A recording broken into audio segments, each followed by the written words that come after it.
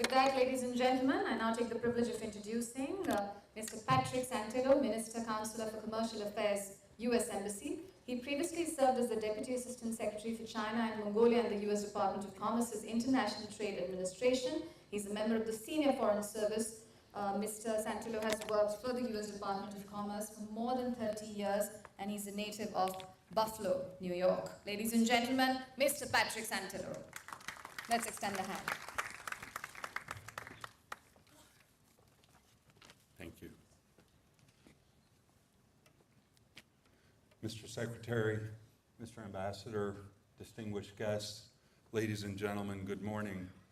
I'm extraordinarily proud to be here to represent not only the U.S. Embassy, but the other U.S. government agencies and the U.S. companies who are so involved in working together with India to grow our partnership in the energy relationship. And it is truly a pleasure for me to be here. I thought with a couple of minutes that I had with you this morning, I might share with you 3 observations or universal truths that I have seen about welcome events like this, and like the fact that we have India Smart Grid Forum this week. So the first is that these kinds of events have great convening power. But of course, they only have that convening power if you attend. So I would like to congratulate all of you for being here, and I think it's fantastic that you are here to take part in the event this week. You know, I would like to thank, of course, our Indian hosts for staging this event, for bringing us all together, the Indian exhibitors who are here, who actually have put together their pavilion and their experience to share with us. I would also like to thank all of our foreign guests who have come, many from quite far, to be with us here in India, in New Delhi this week, to share their experiences and to join with us in the learning path that I know we will all go through here this week. I think that your participation shows not only your commitment to the market, but truly the interest that the global community has in what is happening here in India. So thank you all for being with us. The second truth about these kinds of events is it's a terrific opportunity for us to share information and to form partnerships. And I think it's very encouraging for us in the U.S. government, because we see that through the government and through our companies, we're actually interacting with all levels. We have partnerships that have developed at the G2G, the government-to-government level.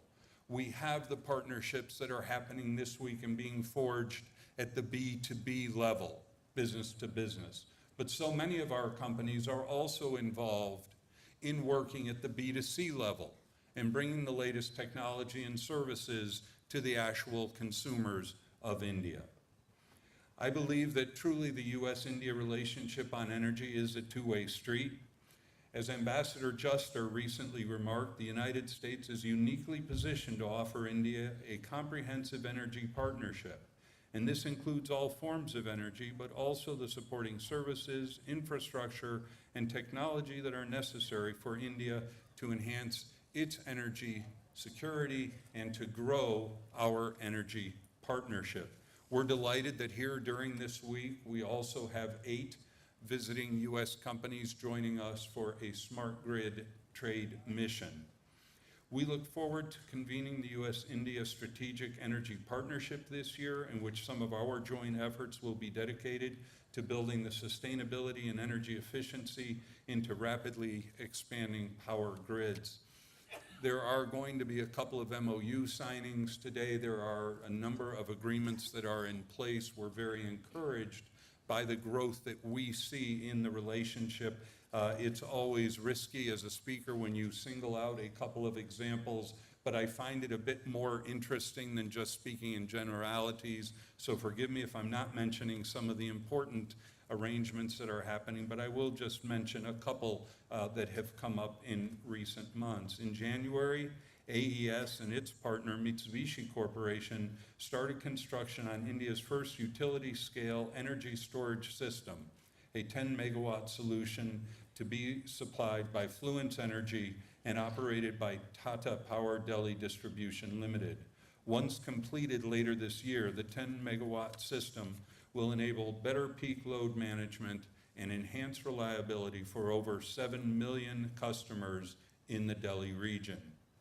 In February, AutoGrid Systems announced a new partnership with the Andhra Pradesh Southern Power Distribution Company to deploy demand response management systems at utility scale for the first time in India.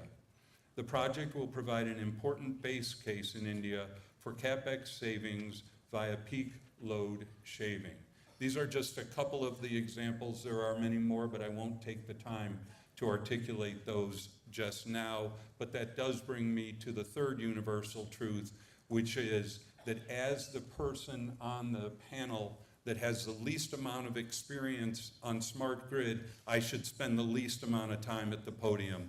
I wish you all a very successful, productive, and in fact enjoyable event. Good day.